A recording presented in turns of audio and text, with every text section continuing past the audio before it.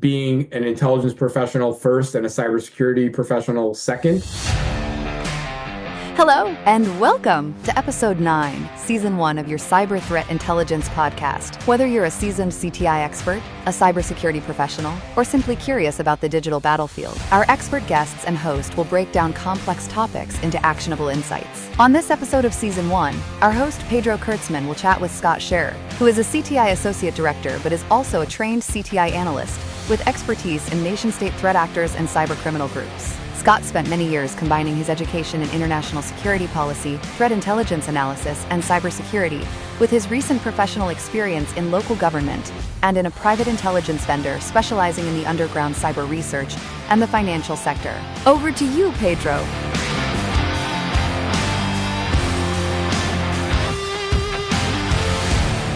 Scott, thanks so much for coming to the show. It's great to have you here. Yeah, Pedro, thank you so much for inviting me out. I look forward to our conversation today. Awesome. Usually I start asking the guests their journey into CTI. Would you mind walking us through that, please? Yeah, of course. So actually, I might be one of the few people who can say I knew I wanted to go into CTI, or at least the cyber kind of policy world, before actually kind of starting that journey. My journey really started, I spent a handful of time living kind of in a non-technology based kind of environment. I'd spent a few years kind of living off the grid for a little bit, and after doing that kind of realized that most people weren't really prepared to survive outside of modern convenience, right? The technology we use every day. Yeah. And then I started asking myself, okay, well, what do I want to do with the rest of my life? And what am I good at? It's, hey, politics and policy is kind of my background. And then realized, hey, into technology and cyber, and knew that cyber kind of existed and knew that this was a thing, right? This was late 2012, 2013 time. And it was, okay, well, I think this is what I want to do. So I went to university for, to study political science, international security policy, and public policy, all with a focus on cybersecurity. So that was really kind of my journey, was kind of roundabout, but directed towards cyber, and everything that I did kind of moved me towards getting into a CTI analyst position. Oh, that's awesome. That's awesome. And, if we were thinking about like pivoting from a political or studies background and general intel type of role into more specific, into like a CTI specific type of space, like a Intel first and the cyber aspect of it second. Any insights on how to do that move, or that you learned doing that move? Yeah, absolutely. So, I like, you use the term that I kind of like to talk about and say a lot. The way I was taught and trained to do intelligence and do CTI work, and my team, one of my old teams, we really kind of focused in on this, was we are intelligence professionals who do cybersecurity. We're not cybersecurity people who do intelligence. And kind of what we mean there, right, is intelligence has been around for decades, right? The Intel community, the way you do intelligence processing, analysis, the life cycle, all of that is really well developed and not new. And that is the foundation of really of all the Intel side, right? Even on the CTI perspective, it's really understanding how to do that intelligence, how to process the information that you're getting, turning it into something that's actionable, relevant, timely for your stakeholders. That's really the key. And then you learn the cybersecurity aspect of it as you go, right? You learn the technologies, which are super important, and you need to understand how computers work and that foundation there. But you do it from a lens of, here's the process of intelligence and analysis work. Got it. And then you add up the cyber aspect into that solidified Exactly. framework. You add the cyber, the specific threat actors, right? It's really the idea that you can, as an intelligence professional, right? Intelligence can happen in lots of different industries, different subject matters. You could be a geopolitical intelligence analyst. You could be, cyber analyst. You could be a in any of these kind of spaces and kind of move around. Mm-hmm. And it's really the process that's driven by it. And then you can, you have to add in that topic there, who the threat actors are, how they do what they do, their behaviors, their tactics, techniques, procedures, all that kind of stuff. Yeah, military, weapons, Yep, vehicles, you military name it. technology assessment. That Yeah. was, some of the education background, that I spoke about was specifically around, how do you compare systems to each other, right? Like take is it important to buy a new F-35 or buy 15 F-15s, right? Like where's the Yeah. like technical capability there? So Awesome. the analysis is really the same. Awesome. And then you're mentioning about your teams and building that around the intelligence framework and expertise. Any from a CTI specifically, any like do's and don'ts or best practices, how to start like a good CTI program, solidify it, and how to make sure CTI is properly understood across the board? Yeah, that's a really good question and something that luckily a lot of my work experience has kind of been around. A lot of the teams I've been on and joined have been either brand new or fairly new, and a Mm-hmm. lot of it is around, building that program. Awesome. So, the first thing I would say, the probably the most important thing is really getting a handle of your process. Mm-hmm. So, and that can be something as intricate as, going through the entire Intel lifecycle and building specific processes for each step, and going through, but it's really getting your idea of, how you're going to do intelligence as a team. Mm-hmm. And, that's sometimes bespoke. Every shop kind of has a different way that they sort of do intelligence, but it's all based on that, what we talked about earlier, that foundational, analysis process. But it's Mm-hmm. really defining all of that, getting, and now into the CTI space, it's defining your data models, right? Like how are you defining terms? How are you doing the analysis work to link threat actors together? Like what does attribution kind of look like for you? How much of a, kind of like thinking quantitatively is like how much of an overlap do you need in order to understand that this might be related to this other threat actor? Mm-hmm. It's really that first piece is building that process. Mm-hmm. Some other really good pieces there are just your pipeline from your collections all the way to your finished and your output. Mm-hmm. Really being able to understand that whole process start to finish. What it looks like, where you're pulling all your data sources from, and then what you're doing with them, because that's the most important, right? A lot of places we tend to collect a lot of stuff, and then it's, oh yeah, there's these 150 reports that I have on my desktop that I've never opened and read them, or I'm reading them here and there. It's making sure you have that start to finish. And then it's really understanding your stakeholders, right? And I think this will lead into that last piece of that question of how do you kind of make it understood across the board, from your stakeholders, is getting to build those relationships and understanding your stakeholders, right? We talk about in CTI intelligence requirements, right? Hey, how are you understanding what it is that your company, your agency, whatever it might be, does what it does, and how do the individual teams that you are there to support, Mm-hmm. how do they do what they do, and what are their main metrics of success, what are their obstacles in order to achieve their mission, really getting an understanding of what Intel can provide to make their job easier, better, more effective. Because that's really in the end, we as Intel professionals, we're a support function, right? Mm-hmm. I know, and I more so maybe than others, like I like to be Intel's in the lead and we're in the front and we do everything, and that is kind of the model now, right? The like threat informed defense and intelligence led penetration testing and all these new things that are coming down from regulators and frameworks and all that. But even with that being said, yes, we may drive that action, but it's really to drive the capabilities of those teams that we're there to support. That's great to hear. And if I can maybe break down into Mhm. separate topics that I heard you mentioning, Yeah. that are I think are super important. First one is like, doesn't matter the amount of information you're receiving. If you're just piling that up, it's not actual intelligence per se. Yep. You're just receiving, feeds and reports and all that. If you don't actually transform that data into actionable something, it's not actually intelligence, right? So you cannot Exactly. produce an action coming from that pile of data. Any pitfalls around that? You name it, open-ended, feeds piling up feeds or piling up reports.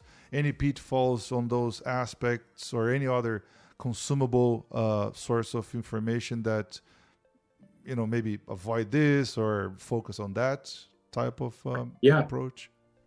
Yeah, that's another good kind of and actually I really do like the way that you broke it down there, right? Like kind of drilling that question down a little bit more. Yeah, and with pitfalls there, right? Yeah, I think the first and foremost is the overcollection piece of it, right? I think Mm-hmm. that is a big pitfall that we all kind of fall into is Mm-hmm. we need to collect everything, or we need 100 data sources, and we need every threat intel vendor, and we need all these things. And if you're not doing much with it, to your point, right? It's not actually intelligence, right? You're collecting data, you're collecting information, but you haven't transformed it, you haven't analyzed it and turned it into that. Mm-hmm. So really that first piece, and the best way to kind of, approach that is, kind of narrowing your sources down, go through your sources and, do an efficacy of them, evaluate what you actually are collecting from them Mm-hmm. and how often you're using it, what it's being used for, right? To what we talked about a little bit earlier of having that start to finish end-to-end understanding of your process.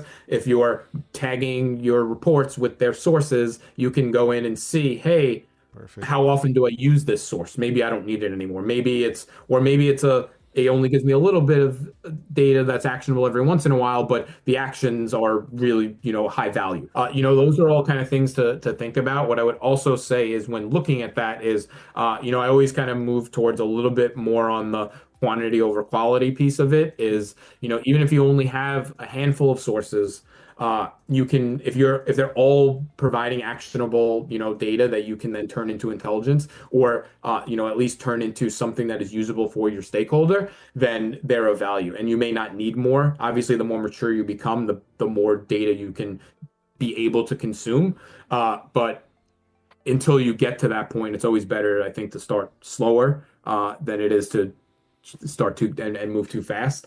Mm-hmm. uh yeah, so yeah. Was there any other questions around that, kind of like the collections and the pitfalls, or anything that I Um, didn't answer? Now that you mentioned this particular piece, if there is any recommended frameworks on how to analyze the efficacy of a Yep. given data source, NIST, Yeah.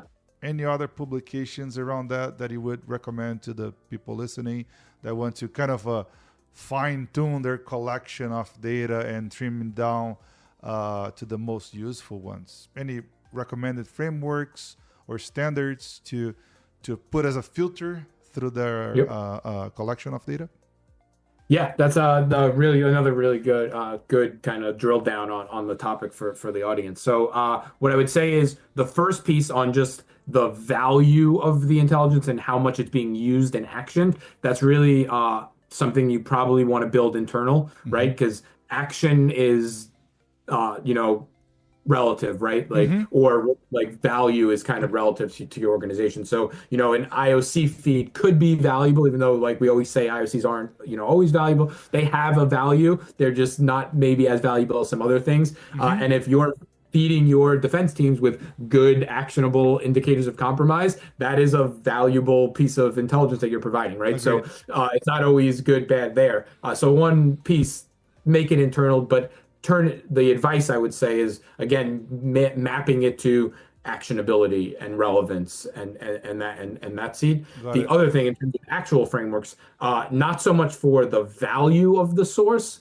but really a little bit more in like the reliability of the source. But it also gives you inputs for value as well, right? Like it kind of is built in there, and it's the Admiralty Code. It's what NATO uses for their sourcing. It's all public, open. You can kind of pull it down. Something we built in, right? And it basically gives you a ranking system to say this source is reliable, this source is highly reliable, right? Like it breaks you down all the ways, or value is low, like they're trustworthy. Same thing, we use it not just on sourcing, but I've used it and recommend using it for when you're evaluating threat actor claims, right? We Okay. deal with a world where there are cyber criminals out there who are saying they do things and Yeah. they don't always tell the truth, right? So there are times when, threat actor posts someone's data on the internet and says, hey, we compromised this organization or we did this website defacement or this DDoS or whatever, their kind of, bread and butter is as a, their MO as a threat actor. I've used it for validate or, evaluating their reliableness, their trustworthiness. How often does this threat actor actually have the data that they claim to have? How often have they done successful operations against a sector or things like that? So you can use it that way as well. That is what I would say is the best framework for evaluating, how much this source provides you value. That's awesome. Thank you. I heard the other day somebody say, how could you not think threat actors would sometimes try to sell snake oil as well? So all Yeah. those claims like, Right. oh, we got X amount of terabytes of information. Like, Yep. come on, you have to validate Yeah. that, right? These are criminals, right? Like, should Exactly. we always Uh, trust them? exactly. Maybe not. Unfortunately, sometimes they're the only source that we have to go off of. Yeah. But again, it's while you're tracking, right, which is part of your analysis and the core of your CTI function. Like you're probably tracking threat actors. Even depending on the maturity of your organization, the individuals on in forums talking, you may know and like Yeah. track certain ones. You can evaluate them in the same way as you do your legitimate sources and say this threat actor is usually telling me the truth. They're an initial access broker and they usually do have access. So like when they make a claim, I'm going to trust it a little bit more than I would someone else or something like that. Absolutely. Yeah, no, that's a good point. If they are one of those pieces of the puzzle, like just an info stealer, initial access broker, so Yep. on. So those guys trying to sell stuff to other bad guys, yes, they might rely more on their credibility, so they need to be careful. But Yeah. still, they are bad guys. So you Yep. need to always validate if their claims are actually true or not. Um, Coming back to the first initial breakdown of that Yep. previous topic, you were talking about stakeholders, right? Yes. And how would you mind expanding a little bit more on that? Like how to quote unquote sell CTI internally for different stakeholders, strategic level, executive level, when it, you name it, internally in general. Any best practices around that? Yeah. So in terms of just kind of right, like selling CTI, right? That is it's the nature of the space, right? You even internally, we're doing the same things that all the other, custom, salespeople and vendors and all that are always doing. How do you sell your service? And that's really the way we should be thinking about it. And the reason I say that is because that gets at the heart of answering this question of Mm-hmm. think of yourself as the same way marketers think of like the marketing team and the Okay. communications team. Your job is to market CTI, right? Like you need to get your stakeholders to understand that this is something that is valuable, Mm-hmm. and that this is something that they want to consume and they want to participate in and they want to go to you to ask questions instead of going to somewhere else or figuring it out on their own. Like you need to sell it, right? So part of that is to, what I mentioned earlier, is understanding their needs, right? Like again, think of yourself as a support. You're there to sell your service. So one, your service needs to be pretty tight, right? You need to have a good understanding of what it is, how you do what you do, so that you can sell that. Second, the process piece, right? Like having that process really understood and defined. It's very easy to go to a stakeholder and rather than, which is how a lot of us do intelligence requirements gathering, which is kind of how you get at understanding your stakeholder and their needs and their pain points and all of that is instead of like a lot of times we go to them and we say, what are your intelligence requirements? And they say, I don't know what an intelligence requirement even is because this is the first time I've ever talked to someone who's done intelligence. Yeah, yeah. I don't know what you mean. So not always directly asking them. Sometimes, right, the maturity of your organization, you may be able to go in and just ask for, or eventually get to a point where you can just have a conversation about intelligence requirements. But it's selling it that way. So using the terminology they may be familiar with, it's getting them kind of like we're doing right now and just having a conversation about, well, what do you do here? How did you do what you do? All that kind of stuff to get those intelligence requirements. But it's also around, what makes it easier sometimes is when you do have that process built out is going to them and saying, we offer this, right? Like we as the CTI team can do under cyber criminal underground monitoring, right? Or BDW, depending on who you talk to, they may use a different term. Yeah. Or hey, we can provide threat actor profiles on the most relevant threats to our organization. Or, we can do, enrichment of case data that you're seeing for the actual, incidents that are happening or the activity that's coming there. Basically offering your services the same way you would in a catalog and a menu and a vendor, system. Say, this is what we offer, rather than always coming and being like, tell us what you want from us as the CTI team. Because a lot of times they don't know. So again, it's partly selling it. And to answer your question in just one word, after saying all this other stuff that was very, very long, it's understand their needs and what they want. No, I love it. Yeah. It reminds me of the famous Henry Ford quote. If I asked people back in the day what they wanted, they would say faster horses, right? So Yep. that's super interesting, insightful to understand your kind of audience own goals. Absolutely understand your audience, right? That is the key. And I think that dives into that last bit of, particularly how do you do this to senior leaders or in a more like executive or strategic kind of stakeholder.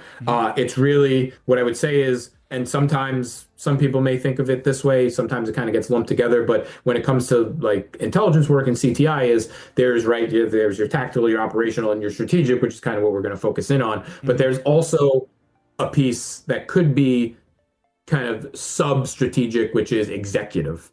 And I know sometimes that might not seem like they're different, but they could be if you want them to be, and they don't have to be kind of thing. It's, kind of how your shop may do things. But in terms of, the idea of executive it's what is most relevant to the business in terms of business, right? And what I mean by that is what is it that your company, your organization, what do you do from a business perspective? And how does all of this CTI stuff that you're talking about, how does it translate to business? Is it business impact? Is it, hey, we're talking about ransomware, we're talking about this, like, what's the dollars, right? Like business likes to talk about money, right? Like a lot of your senior stakeholders, your executives are going to be, if it's not the CFO, right? Like you're going to be tied into what the finance officer is thinking. And they're thinking in how much is this going to cost us in whatever, stands that might be. That could be resources, downtime, whatever, and then how do you translate it into that? How do you translate what you're talking about from a cyber threat, right?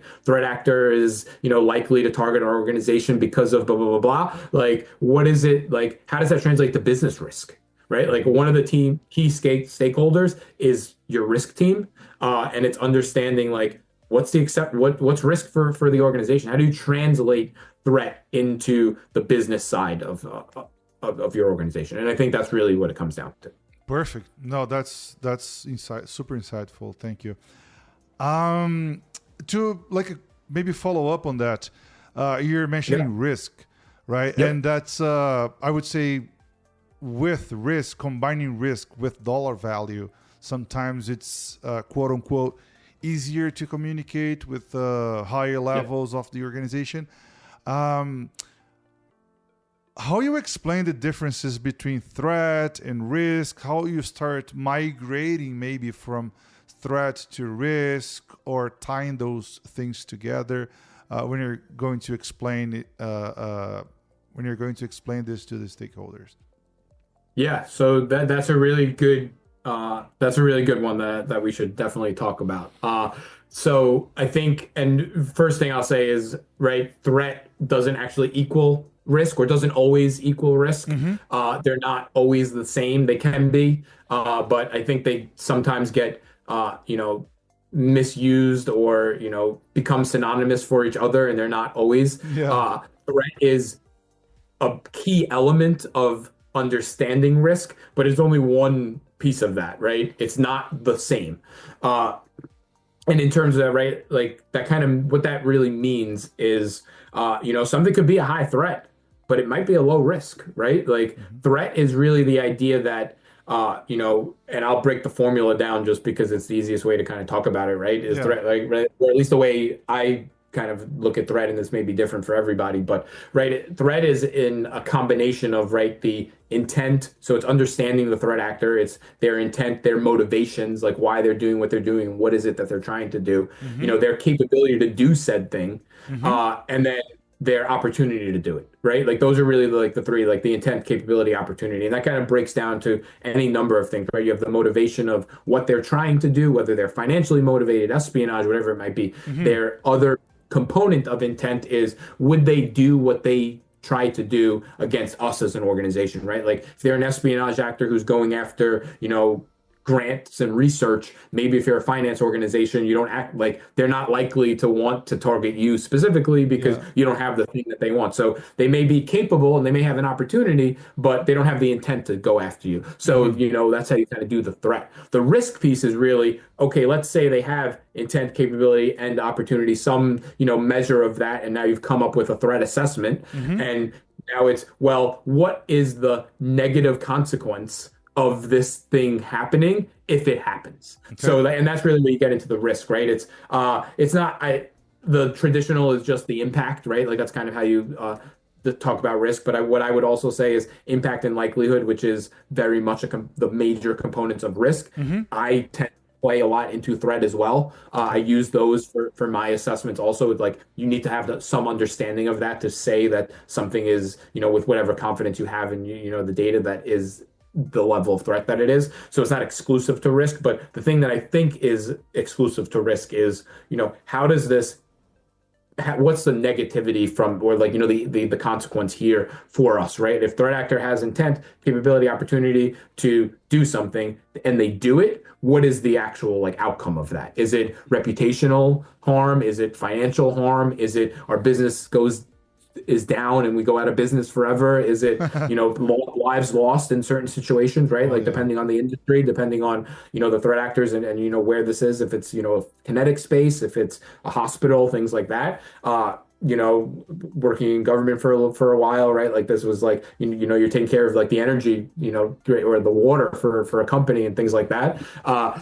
For city, there could be very high risk, Oh then there yeah. could be very low risk, right? Like if, hey, this is a threat actor and they, deploy malware or whatever, but they target HR systems, right? It's like, okay, cool. Like maybe that's not as bad for you as an organization than if you're ICS, if you're also in like, that, space goes down. So that's really where the risk is. It's like how critical is the thing that's going to be impacted or the action on objective that the threat actor takes. How is that going to, impact us? Yeah, no, that's perfect. And kind of reminds me, we spoke a few times on other episodes. Of course, especially when we're talking about the cybersecurity space, CTI gotta have a lot of technical understanding of what's going on. So technical Absolutely. people, reverse engineering sometimes and all that. But if you don't understand your own business and is able to translate stuff back and forth, especially when you're talking to stakeholders you're mentioning that are probably more aware of risk only, not threats, but risk only, and dollar value associated to risk. If you're not able to translate there, you're gonna probably be talking gibberish to people, and Absolutely. they won't basically get your back, right? That is exactly right. I think a lot of what we've talked about have kind of led us to where we are right now in the conversation, right? Mm-hmm. That is right. Intelligence needs to be actionable. If you don't put it into, and you don't understand your audience, you don't understand your stakeholders and the business piece that they do or their component of your organization, then it doesn't become actionable, right? If they can't understand it or it doesn't translate, not physically translate, but it doesn't like translate in their minds to the thing that matters to them or their grasp of it, then they're not going to action it. Yeah.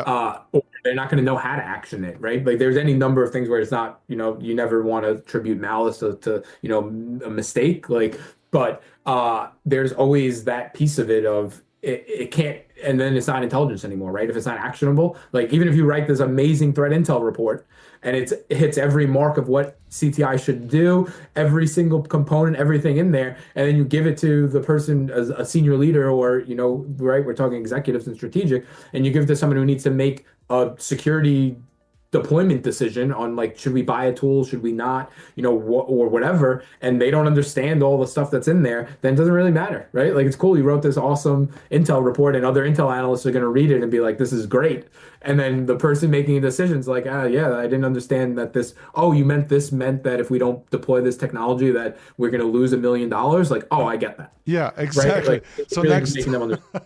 that's a Yeah. perfect example. Next time you write a report, you put something like this: if we don't do this, people in the hospital will die, right? So, Yes. we're gonna lose $1 million if we Yeah. don't do this. So if you Right. write, you start with something everybody probably heard of it, executive summary. You start Yep. with that.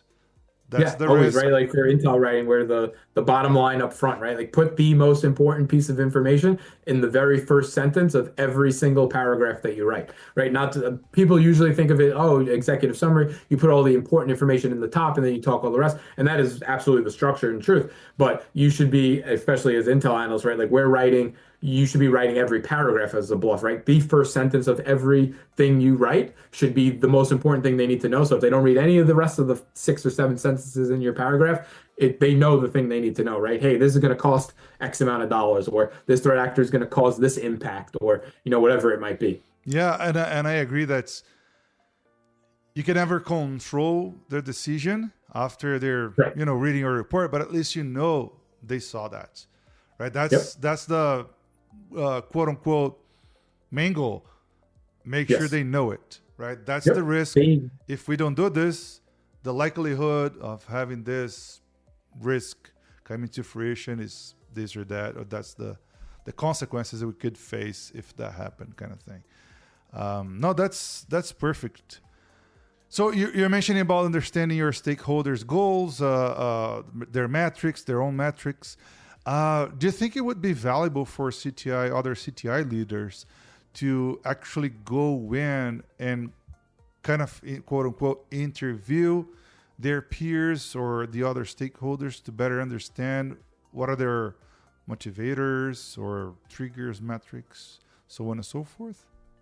Yeah, absolutely. So that's actually, if anyone who isn't a CTI person is listening to this, in the future, what you just asked is what the term intelligence requirements gathering really means. It means go interview your stakeholder and find out everything you can about them and the things that they do and why they do it and how well they've been doing it, what's been causing them, problems in for their team. One of the things I always like to ask about is, their pain points or their obstacles. Like, what is it what is preventing you from doing the things that you need to do? Because there may be a place for CTI to be like, oh, actually, we can help if you're not getting something you need. Maybe CTI is the team that can help give you that, right? Like, is there an obstacle that CTI can help, support? So yeah, the interview piece, that is really the key there. And it's around building a relationship, which is the first piece of it, but then it's asking the questions to get to really understand their function, because that's really what it comes down to, right? It's understanding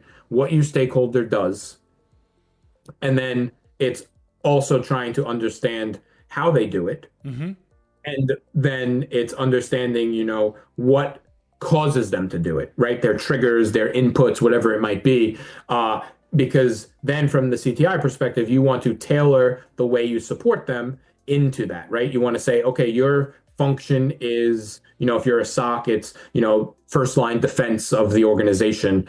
So that is the function that you do, right? And that could, how you do it here, where's your run books, what are your playbooks, what are, what is your actual process from start to finish of, hey, an alert comes in, what do you do with it? Like, what's the process? And then the other piece is, okay, well, what triggers your action? For the SOC, it's easy, right? It's an alert comes in, you see some kind of malicious activity, whatever it might be.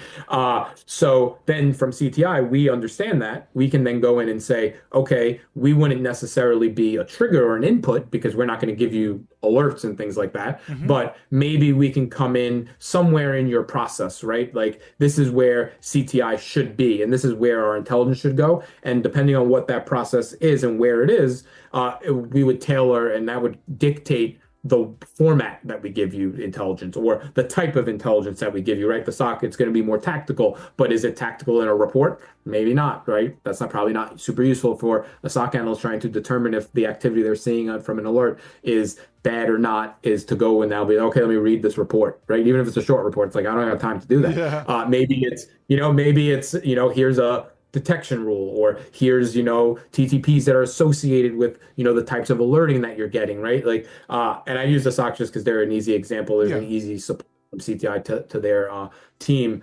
But one of the things, and I can give like a concrete example here of kind of how we can do this pretty well, is working with the SOC to understand, well, what types of alerts are you seeing on a daily basis, right? Like take a month of activity, like sit with your stock manager and talk to them and be like, okay, over the last month, what alerts were investigated, right? What true positives were actually looked at, right? Not incidents, depending on how you are, you may classify something an incident, someone else might not. Let's just say like the things that were activity that caused your team to investigate and look at and make a decision on. What you want, right? Like the intel should be supporting that, right? If we as the intel team are constantly writing reports about, some keyloggers or like some random threat actors who do something, and none of the alert activity that the organization sees over X amount of time that you review ever has anything to do with those threat actors or that type of malware or whatever it might be, then you're not really providing much support for that team. Now, that might be useful for a different team, but maybe you don't need to give them all of that. Maybe you're seeing, which every SOC is seeing, right? Loads of phishing activity, loads of weird logins, like all this weird stuff, right? Like maybe the intelligence you provide to those teams should be geared towards those type of alerts, because then it actually, hey, we actually have intelligence that might help us make a decision on, is this bad, is this good, like what does this activity look like, is it something we need to escalate, all of that. Awesome. And that example actually feeds me into, right, like an example with another team, right, like is you should also be working with your detection and engineers, right? The people who are designing the alerting rule and the detections and security policies you have in place, because your intelligence should be geared towards that, right? Like you should be helping them design true detections for the type of activity that is coming across the wire on kind of a daily basis, or whatever the cadence is. And you do that across your stakeholders, right? Now you go up to your executives, right? Whether if it's the CISO, right? A lot your CISO is going to be, I mean, obviously he's in charge of all of the security, right? Like from the technical standpoint, but he's also in charge of resources, tool deployment, all money that gets allocated, budget, like all those things. So what you need to tell him or her, right? Like, and how you tell them is really is going to change. And you need to understand what their key function is, right? We understand what their key function is from a business standpoint, but sitting and talking to them and saying, hey, CISO, what is it that you like? What is your real like action, right? Like, what do you need to do? Oh, I need to make budget decisions. I need to allocate team resources. Do we need a new hire? Do we need, a new piece of tool, right? And it's okay, cool. Here's how intelligence could support those decisions. Because that's really right. Like he's a decision, or, the CISO is a decision maker. Awesome. Great examples. I appreciate it. That's super insightful. We spoke a lot about stakeholders and other things. Where would you learn all that? Because that's not coming from a CTI feed, right? That's more like Right. how CTI should work in a real world scenario. Yep. Any books, conferences, blogs, you name it, sources to learn CTI overall, not necessarily, again, feeds and threat reports? Yeah, so that's always, I think, a challenge. Not necessarily a challenge, and but it's always a good question. It's always a good thing that people are kind of like, well, how do I figure all this stuff out, right? The first thing I would say is this is also something that I would, back to our very, very first question, right? Like all the collection stuff is sometimes more isn't better. So, right, because information overload is a real thing, right? Like Yeah. there's hundreds of blogs, there's hundreds of reportings, there's thousands of people to follow, there's all these things. So with that being said, those are all things that I do, right? I follow blogs, I follow people, I read reports, right? I will say that like the learning aspect of it, one piece is it's not always it's kind of the like joke of the world, right? Like you learn on the job, right? Yeah. So some of it is you learn by messing up, really is the true answer, right? So you learn by going into 100 stakeholder meetings and saying, tell me your intelligence requirements, and then for 6 months you have absolutely no idea of how to service them, and then being like, CTI doesn't provide me any value, and like we don't want this, and like what good is this, or give me IOCs because that's all I think you can do for me. Yeah. So you learn by doing that. But yeah, and I know, right, I didn't give any like concrete examples there, I know, but just because there's so many people to follow, there's so many influencers, right? Like there's so many different things. But what I would say is reading vendor reports, reading the people and the like voices in the community who are constantly putting out good analysis work, and that can be on LinkedIn, it can be on social media, it can be, wherever.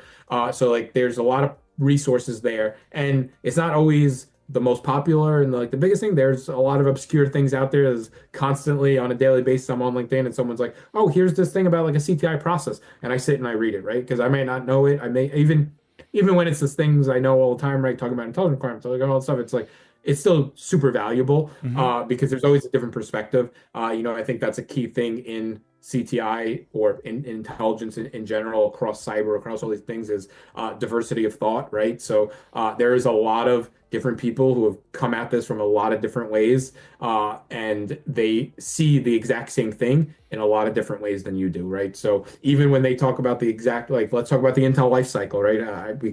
There's a million reports if you Google that, right? A lot of them, there are some that are going to be unique, right? There's going to be even one piece of it that's unique. In terms of like books and things, you have me kind of looking at my bookshelf to see if I have anything like title wise to like really tell people. But in terms of, I mean, just in general, cybersecurity things, right?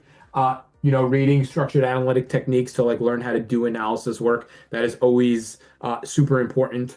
There are, intelligence-driven incident response is always a really good one, right? Because again, that's a lot of what we talked about before is our function is to support these other teams and lead from, which is kind of weird because it's not usually the best way to lead, in my opinion, but leading from the back almost, but not that you're leading from the back in that terms, more like leading from the, from the shadows, right? If we want to talk cool intel stuff, right? Saying, things like that. It's we're leading action and driving action, but we're not the forefront of it. We're not the ones doing the action, but more importantly is we're not always the one getting the credit for it, right? And that is totally okay.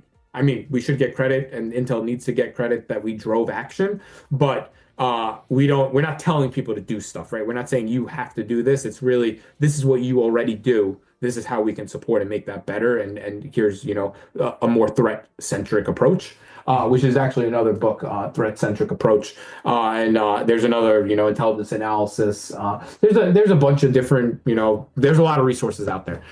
Listening to, podcasts like this, I'm sure you've had many a better resource and speaker than me before me, and you will probably have even better after. So, oh no, I think you're awesome. And oh no, I appreciate that. That wasn't a self-deprecating or downplay me. That was more to say that there are definitely good people in the industry that you're bringing, together that people should be listening to and talking to. Oh, I'm trying my best. Definitely trying my best.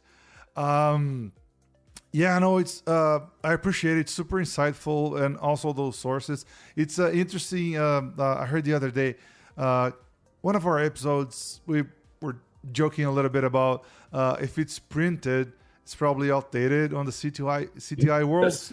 When it comes to threats and techniques and all that, that's I agree there. That's true. Yeah. But when we are talking about frameworks, strategies, intelligence in general, then I would say probably you have really good books, and you mentioned some of them that I think it's super important to people pay attention to, because that's like frameworks. You're not writing a fresh new framework every week. Imagine that. It would be super. Absolutely. No, you're totally right. And I think making that distinction, right? I think sometimes, and I think this gets back to, two things we've talked about over, this whole conversation is one, is, being an intelligence professional first and a cybersecurity professional second, is I think sometimes people get too caught up in the over technical piece of this, right? Like, and they are absolutely correct in saying, right? And I say it all the time, right? Like, by the time we get a report from a vendor, or the time the government shares something, or we see IOCs like associated with a campaign, or even their, tactics, techniques, procedures, all that kind of stuff. By the time we're looking at it, reading it, and then writing a report on it, it's outdated, right? Threat actors moved on. They're not doing that anymore. Sorry, like they're gone. So they're totally right when it comes to all that stuff. And then the technology piece, even quicker, right? Like every day that some technology is outdated. So that is 100% true. To the point of, hey, intelligence has been around for a while, and the way you do analysis, and the way you do processing, and the way you do, collections, that hasn't changed much. The mediums you might use to do it have, and your ability and pace and scale and scope have definitely increased as we've gone into cyber. But your analytic mindset, hey, I mentioned, structured analytic techniques, right? Like your process for doing intelligence, that doesn't really change, right? Like Agreed. Alternating competing hypothesis, that's always been a thing. And even when you didn't know it was a thing, other businesses are using this, other, industries use those terms without knowing. They just, right, it's coming up with every possible idea that you have that this could be the answer, and give me all the evidence that supports each one, and then whichever has the most evidence is the most likely. So those foundational things don't change. Frameworks don't change too often unless you're talking about MITRE, and then there's a new version every so often. But those are pretty good updates and good changes that you want to see, in those frameworks. So there's a lot of resources out there.